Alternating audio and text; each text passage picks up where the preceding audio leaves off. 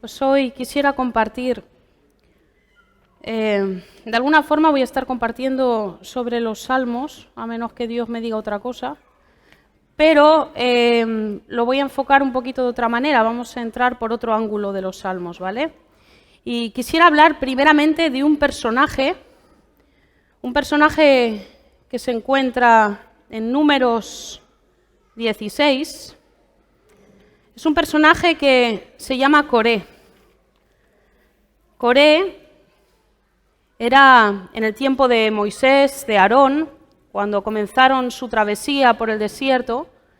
Coré era un varón, se ve que muy reconocido dentro del pueblo, era un varón importante, con influencia, no era cualquier cosa, era pariente de hecho de Moisés y de Aarón, se cree que eran primos, así que todo va a empezar con esta historia. Vamos a Números 16, pero no vamos a leer todo el capítulo, porque si no sería muy largo y muy pesado.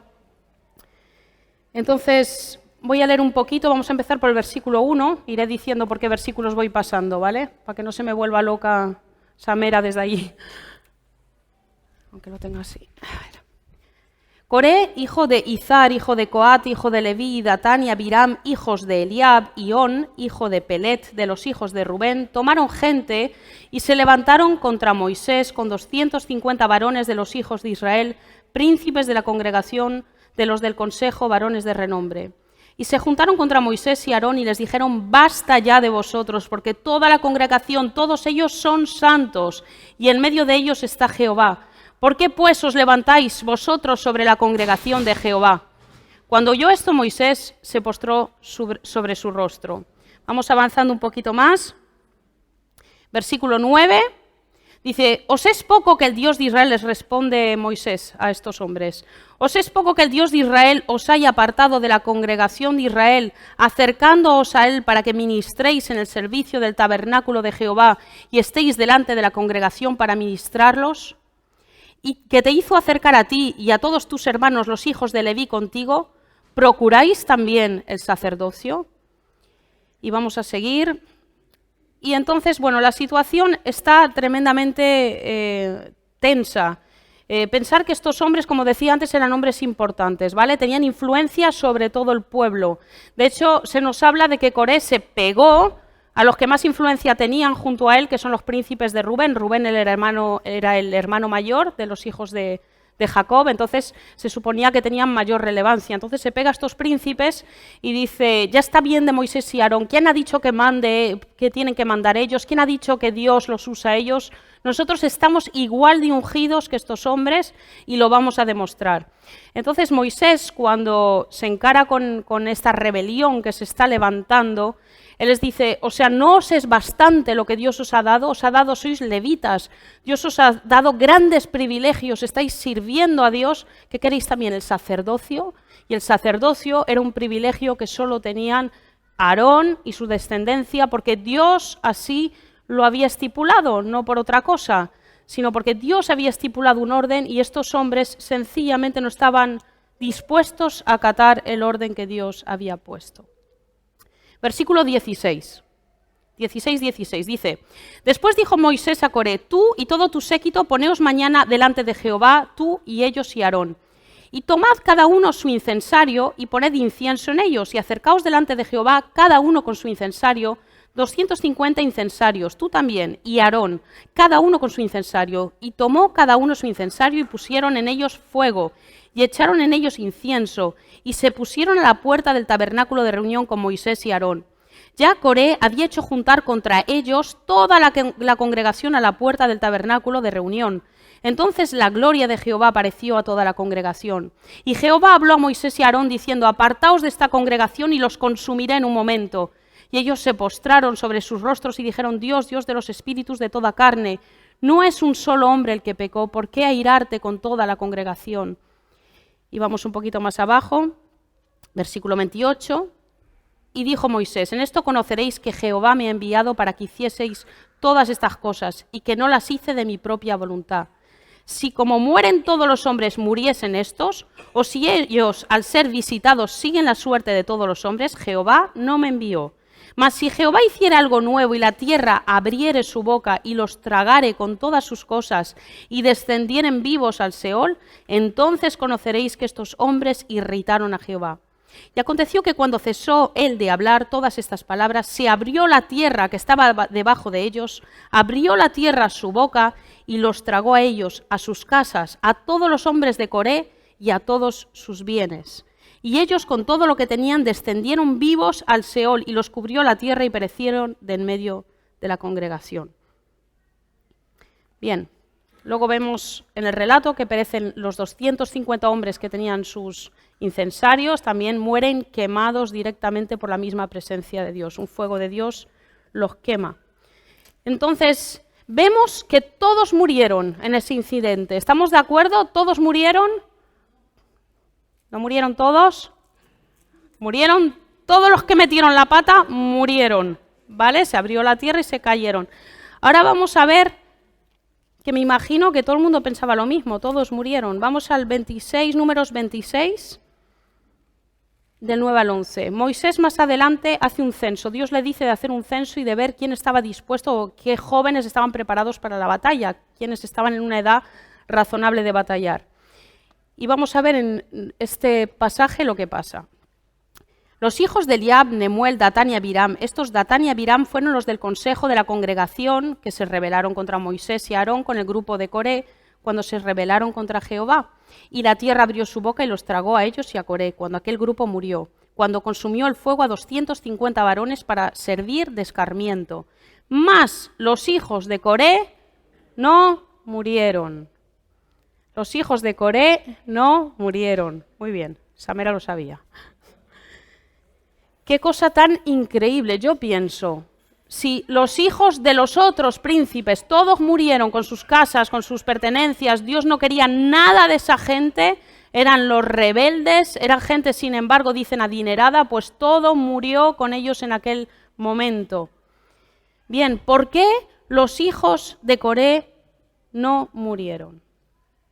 Yo pienso, y daré la respuesta más adelante porque veréis simplemente lo que va pasando, pero pienso que a partir del momento que les sucede esto a los que se quedan, a los vivos, pertenecer a la familia de Coré tenía que ser la afrenta, la vergüenza. Sería, yo pienso, similar a una situación, mucho peor, pero lo voy a poner para que nos demos un poquito cuenta de nuestra cultura. Imaginaros que tú tienes un hijo o tienes un padre y este padre o este hijo asesina a multitud de personas. De forma horrible, aparecen las noticias, todo el mundo ve la cara del asesino, como suele pasar en estos casos, lo hemos cogido, tal, tal, tal. Tú eres o el padre o el hijo, el hermano, alguien muy, muy cercano. Cuando, después de esta tragedia, todo el mundo va a decir, este es el papá del asesino. Este es el papá. En España, yo sé de las familias que empiezan a trincherarse para que nadie los vea ni ir al supermercado, ni se vuelve un auténtico calvario tener una vida normal. Ya es, de hecho, es totalmente imposible. Estas familias quedan marcadas, estigmatizadas, se acabó, ya no son la gente normal que eran antes. De hecho, alguno puede pensar, quién sabe, si el padre o el hijo hizo eso, ¿qué pasará en casa? ¿Por qué salió esto de su casa, no? Y la gente ya empieza a hablar, a pensar mal, y digamos que hay como una marca, una señal. Pues imaginar esto en muchísimo peor. El pueblo judío era bien reconocido, y es reconocido a través de las generaciones. Ellos tienen claro de dónde proceden. No son como nosotros, que nos vamos 2 generaciones a otro país y perdemos nuestra identidad por completo. Nuestros hijos pierden la identidad. En Suiza, la segunda generación ya no sabe ni papa de español. Y esto pasa porque nosotros vamos diluyendo, pero los judíos no. Los judíos saben a qué familia pertenecen, mantienen sus costumbres, mantienen su religión, mantienen su idioma, mantienen todo perfectamente. Imaginar generación tras generación de este desastre. ¿Pensáis que la gente se había olvidado que estos son descendientes de Coré?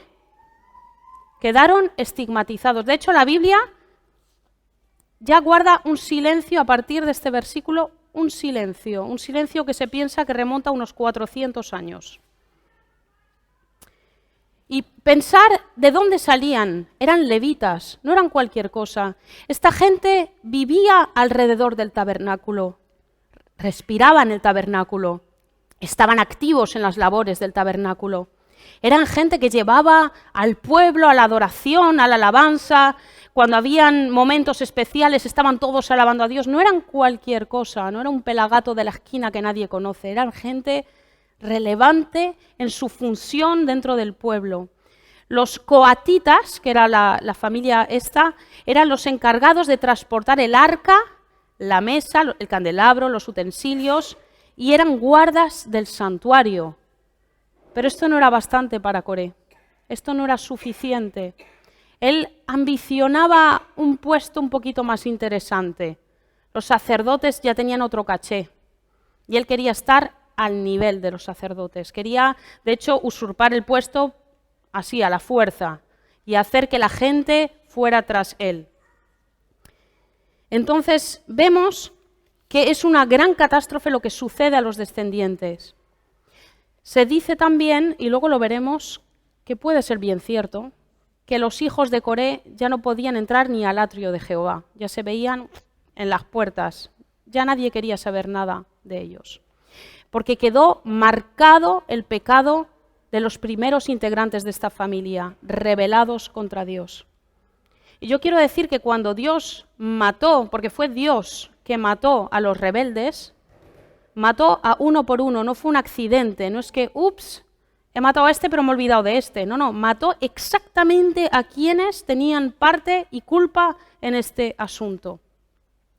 Pero parece que a estos hombres, por el silencio que guarda la Biblia, también se los hubiera tragado la tierra, porque desaparecen completamente del mapa si no lo vemos por Números 26:11. Y yo creo que está claro que todo lo que Dios hace tiene un propósito. Todo lo que Dios hace es por algo. No estamos aquí pues porque me tocó nacer de mi padre y de mi madre, o a lo mejor pues hasta fue un accidente, o en qué mala hora. No, todo tiene un propósito. Todos venimos a esta tierra con un propósito y eso no depende de nosotros, depende de Dios. Amén. Pero está claro que ese propósito solo puede ir hacia adelante si yo estoy dispuesto a confiar en Dios. Yo puedo decir que no al propósito de Dios, a pesar de que sea lo mejor para mi vida. Yo puedo escoger mi camino, mi forma de hacer las cosas, y entonces Dios no puede hacer nada conmigo porque no me va a obligar. Pero está claro que el que confía en Dios hay un propósito que trasciende a todo lo que la mente humana imagina. Y vemos que el pecado de la familia de Coré atacó directamente la autoridad de Dios. Ellos pensaban, los que seguían a Coré, que estaban atacando a Moisés y a Aarón. Pero ¿quién había puesto a Moisés y a Aarón? Dios. Entonces, ¿a quién estaban atacando directamente y de cara? A Dios. Por eso Dios fue el que directamente los castigó. Y eso a mí me recordaba a un personaje, al primero que se reveló en toda la Biblia, que podemos leer en toda la creación, y es Satanás. Satanás es el primero que se rebeló porque quería usurpar el puesto de Dios. Cuando uno va en contra de la autoridad de Dios, está atacándose a algo serio y grave. Por eso David no quiso matar a Saúl. Saúl era lo peor. Pero ¿quién había permitido que Saúl estuviera en ese lugar? Dios. Entonces, atacar a Saúl no era atacar a Saúl, a un pobre desgraciado, era atacar a Dios directamente. Y David tenía muy claro ese concepto. Bien, pasaron generaciones y los hijos de Coré desaparecen del mapa y vemos que las culturas enseñan cosas de generación en generación, y yo me imagino que cada vez que los hijos de Coré preguntasen a sus padres por qué se nos marca con esta afrenta, los padres volverían a contarles la historia del rebelde Coré, que a causa de él se abrió la tierra y murieron muchísimas personas y ellos realmente recibieron el castigo merecido. Pero llega un momento que esto se acaba. Llega una generación que rompe ya con toda la maldición de sus antepasados. Se acabó el rebelde Coré. Se acabó el rebelde Coré. Nace una generación que ve las cosas de otra manera, que entiende a Dios de otra manera, que tiene una visión de Dios y un amor por Dios que es totalmente otra cosa. Y David era un hombre tremendo, aunque metió la pata, pero era un hombre tremendo, porque era un hombre según el corazón de Dios. Y tener el corazón de Dios no es cualquier cosa. Y este hombre, aparte de tener el corazón de Dios, era un grandísimo adorador. Y olía la adoración en las personas. No sé si te ha pasado, que estás con alguien y dices, no tiene nada de Dios. Por muy creyente que se me diga, no le huelo a nada. O sea, no hay nada que me atraiga. Sin embargo, cuando una persona tiene eso de Dios, te atrae, te llama, es como que tienes esa conexión. Pues yo me imagino a David, y obviamente estoy hablando fuera de las Escrituras esta parte, pero tiene toda su lógica. David dijo, es el momento para esta familia de ser restituida, porque vio una generación diferente, una generación dispuesta a pelear de una forma distinta. Y vamos a ver que en nuestras Biblias aparecen de repente, tenemos el Salmo 42, el primer salmo donde está escrito masquil de los hijos de Coré. Masquil de los hijos de Coré. Y tenemos exactamente 11 salmos escritos por estos hombres de Dios. Y vemos que yo empecé a leer estos salmos con más curiosidad. Y la verdad es que cuando entiendes el trasfondo de quién escribe algo, las cosas son muy distintas. A lo mejor cuando leemos los salmos, algunos pensarán, esto es aburridísimo. Siempre dice lo mismo, y véngame de mis enemigos, y luego alaba, y luego parece que están esquizofrénicos los salmistas, no saben, van para arriba, van para abajo. Pero tengo que decir que los salmos realmente son joyas, son tremendas joyas. Y cuando uno sabe quién está diciendo el qué y por qué, entonces todavía entras más en situación y dices, esto es increíble. Y el Salmo 42, vamos a ir primero al 88, vamos a empezar por el final. Este es el último que aparece en nuestras Biblias, el Salmo 88. Y quiero que escuchemos el corazón de personas que han estado viviendo el rechazo de la sociedad, el rechazo de los demás, y sin embargo han logrado perseverar en su relación con Dios. Salmo 88, 1 dice, oh Jehová, Dios de mi salvación, día y noche clamo delante de ti. Llegue mi oración a tu presencia, inclina tu oído a mi clamor, porque mi alma está hastiada de males y mi vida cercana al Seol. Versículo 6. Me has puesto en el hoyo profundo, en tinieblas, en lugares profundos. Sobre mí reposa tu ira. ¿Cómo pensáis que se sentían los hijos de Coré? Sentían que Dios aún había depositado su ira sobre ellos. Desde aquel momento eso quedó ahí como una sombra sobre sus vidas. Dice, y me has afligido con todas tus ondas, has alejado de mí mis conocidos. Me has puesto por abominación a ellos. Encerrado estoy y no puedo salir. Qué descripción tan gloriosa de cómo se estaba sintiendo. Dice, mis ojos se enfermaron a causa de mi aflicción. Te he llamado, oh Jehová, cada día. He extendido a ti mis manos. ¿Manifestarás tus maravillas a los muertos? ¿Se levantarán los muertos para alabarte? ¿Será contado en el sepulcro tu misericordia o tu verdad en el Abadón? ¿Sabéis lo que está diciendo? ¿Me vas a dejar en el silencio? ¿Me vas a dejar sin que nadie escuche mi alabanza, mi adoración? ¿Nadie va a poder escuchar lo que hay en mi corazón hacia ti? ¿Voy a morir con todo eso dentro de mí? Y sigue diciendo el 12, ¿serán reconocidas en las tinieblas tus maravillas y tu justicia en la tierra del olvido? Qué maravillosa forma de decir, hemos vivido en el olvido, en la tierra del olvido. 13, mas yo a ti he clamado, Jehová, y de mañana mi oración se presentará delante de ti. ¿Por qué, oh Jehová, desechas mi alma? ¿Por qué escondes de mí tu rostro? Y es increíble porque este salmo no tiene una alabanza, simplemente pone su situación delante de Dios y es una situación de rechazo, de abandono. Incluso uno podía pensar que Dios de verdad los había abandonado, los dejó en la tierra para luego abandonarles. Pero vemos que cuando este salmo está puesto aquí, es porque Dios, como dice su palabra, había cogido cada lágrima de estos hombres que eran piadosos, que buscaban a Dios, las había cogido y las había guardado y dijo, ya llegará tu momento, tranquilo, llegará tu hora. Vamos a leer también el 84 y aquí vemos la pasión que había en sus corazones. Eran hombres, esta generación eran hombres apasionados no por el puesto. Coré era un apasionado por el dinero, por la posición y porque lo reconocieran. Estos hombres les importaba bien poco todo eso. Salmo 84 dice, cuán amables son tus moradas, oh Jehová de los ejércitos. Anhela mi alma y aún ardientemente desea los atrios de Jehová. Mi corazón y mi carne cantan al Dios vivo. Aún el gorrión halla casa y la golondrina nido para sí, donde ponga sus polluelos. Es decir, lo más sencillito, Dios, lo que no vale nada, un pajarillo, encuentra un lugar en tu casa. Yo también quiero estar en tu casa. No quiero ser más importante que el gorrión. Aún él encuentra lugar encuentra acogida en ese lugar. Yo también quiero encontrar acogida en tu casa. A mí me parece impresionante, ¿no? La pasión por las cosas, por la casa de Dios. Para ellos, para nosotros este lugar no es la casa de Dios, porque nosotros somos templo del Espíritu Santo. Entonces, Él mora en nosotros. Pero el amar, congregarse con los hermanos, buscar la presencia de Dios juntos, donde mora Dios a través de la alabanza, cuando uno va obligado a la iglesia, es porque no ha entendido nada. Cuando uno va a regañadientes porque toca y a veces le dices a Dios, y gracias que vine.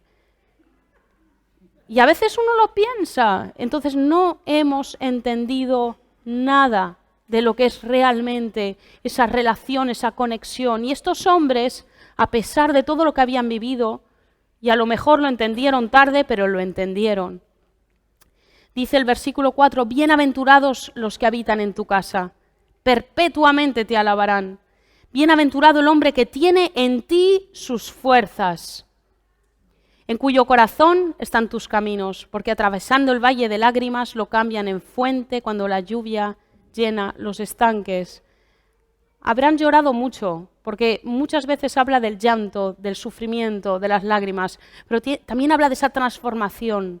Y acaba diciendo, vamos a leer el 10, dice, porque mejor es un día en tus atrios que 1000 fuera de ellos.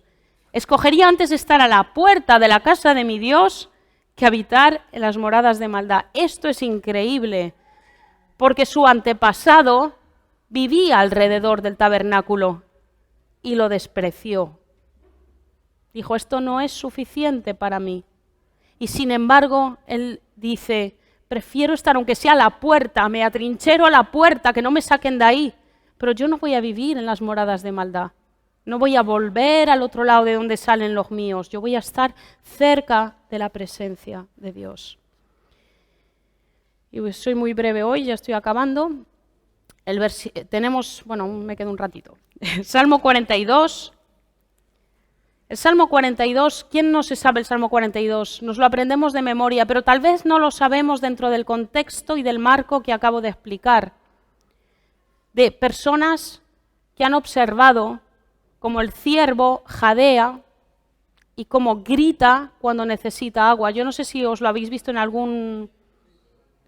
Es impresionante, son gritos casi, no se distingue que sea un animal. Llega un momento que es tanta la desesperación del ciervo que le ves la boca abierta, la lengua seca fuera y son gritos, gritos, gritos. Se dice que cuando están en las montañas, porque se protegen de los animales, de los cazadores y viven en las montañas, pero en invierno a veces se congelan las aguas y entonces se empiezan a desesperar y tienen que bajar al valle sabiendo que los pueden matar. Salen de su zona de protección para ir al valle y a veces los encuentran ahí gritando de sed. Y este es el contexto de estos hombres. Estamos desesperados por Dios. Dice, como el ciervo brama por las corrientes de las aguas, así clama por ti, oh Dios, el alma mía. Mi alma tiene sed de Dios, del Dios vivo. ¿Cuándo vendré y me presentaré delante de Dios? ¿Cuándo vendrá mi momento Después de todo lo que he vivido, ¿cuándo vendrá? Fueron mis lágrimas, otra vez, mi pan de día y de noche, mientras me dicen todos los días, ¿dónde está tu Dios? Me acuerdo de estas cosas y derramo mi alma dentro de mí, de cómo yo fui con la multitud y la conduje hasta la casa de Dios entre voces de alegría y de alabanza del pueblo en fiesta. Eso nos puede recordar el ministerio fallido, el ministerio de su antepasado, que conducía al pueblo entre voces de gritos y de alabanza, pero él lo desechó, lo despreció, no era bastante para él. Y por eso el salmista dice, espera en Dios, porque aún he de alabarle, salvación mía y Dios mío. Y es una generación que se levantó, que no era una generación tibia. La tibieza es lo que nos consume a los cristianos, la indiferencia, el día a día, la rutina, consume nuestras vidas espirituales. ¿No llega un momento que a veces estás cantando una alabanza y estás con las manos en alto y estás pensando totalmente en otra cosa? ¿O dices otra vez esta canción? Bueno, pues nada. Pero realmente no estás ni adorando ni te estás metiendo, porque hay una rutina dentro de tu vida espiritual. Es algo habitual. Coges tu Biblia por la mañana con tus ojos llenos de lagañas si lo haces temprano y dices, este texto me toca hoy, madre mía, qué tochón. Y te lo lees y dices, gracias Señor por este tiempo maravilloso en tu presencia, amén. Y te vas. Es que ¿nos pasa o no nos pasa? La tibieza es lo que destruye una vida espiritual. Y si uno no reacciona y dice, tengo un problema, porque puede pasar, pero tienes que reaccionar y tienes que decir, para esto yo no he sido llamado. Para tener esta relación con Dios yo no he sido llamado. No me puedo mantener a este nivel. Este no es mi nivel. Jamás será mi nivel y no quiero quedar ahí. Pero es algo que se lucha, que se pelea, que hay que avivar el fuego uno mismo. Uno mismo, tienes que ir avivando tu fuego, porque puedes desavivarlo en 5 minutos. Es tan fácil desavivarlo, pero es tan complicado mantener todo encendido constantemente. Y a eso somos llamados como estos hombres que entendieron la importancia, lo entendieron a palos, en silencio, en rechazo, pero lo entendieron de tal manera que nos han dado un legado tremendo. Y yo pienso, Dios vio el sufrimiento de esta gente, pero sabía, esto será un legado. 11 capítulos de los Salmos tenemos tú y yo hoy en día. Y probablemente cuando los lees dices, ay, qué sueñecito me está entrando, es ideal para dormirme. Yo escuché muchas veces que los Salmos no era nada serio, y lo escuché dentro de la iglesia, no esta obviamente, pero lo escuché. Que el Salmo es bueno, no es nada profundo, es como la parte de la Biblia que lees cuando no tienes otra cosa que leer. Te pones un Salmo y ya está, y ya has cumplido. Y sin embargo los Salmos, y yo estoy un poco aquí para desafiaros, leer los Salmos, meditarlos, estudiarlos, mirar quién lo ha escrito, por qué lo ha escrito, porque hay una riqueza dentro de los Salmos impresionante. Bien, vemos que David, que era ese hombre según el corazón de Dios, se huele que este equipo estaba transformado y dice, yo no me pierdo a esta gente está ungida hasta las trancas y los voy a meter en mi casa, van a volver a sus funciones, ya es tiempo para ellos de volver a su trabajo.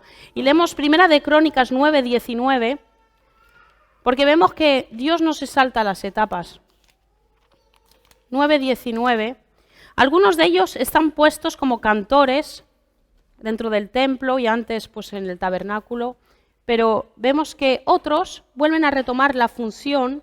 Vamos a leer 1 Crónicas 9:19 que dice, Salum, hijo de Coré, hijo de Biasaf, hijo de Coré y sus hermanos los coreitas, por la casa de su padre, tuvieron a su cargo la obra del ministerio, guardando las puertas del tabernáculo como sus padres guardaron la entrada del campamento de Jehová.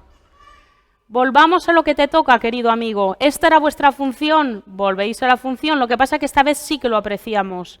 Esta vez sí que tienes a gente que tiene ganas de coger su lugar y que está feliz de tomar su lugar. Entonces vemos que tenemos aquí un rescate que es un legado para nosotros. El rescate de los hijos de Coré es un legado para nuestras vidas. Y quiero acabar con este Salmo 46. De hecho, yo hoy cuando Benja empezó a predicar el domingo pensé, me ha robado mi predicación. Es difícil porque no sabía que la tenía igual. Pero hubiera predicado yo el domingo, hubiera sido lo mismo. Algún texto distinto, pero el sentido era exactamente el mismo. Pero el Salmo 46 yo sé que es un salmo que está volviendo con fuerza y por algo será. Y por eso hemos cantado esa canción. Yo cuando escuché esa canción pensé, esta canción es la nuestra, Dios de las batallas siempre con nosotros. Va a ser nuestra canción por un tiempo. Dios en el Salmo 46, quiero acabar con este salmo porque me parece que es volver al lugar del dolor, al lugar donde pasó todo. Salmo 46 dice, Dios es nuestro amparo y fortaleza, nuestro pronto auxilio en las tribulaciones. Por tanto, no temeremos, aunque la tierra sea removida. ¿Qué os recuerda esto?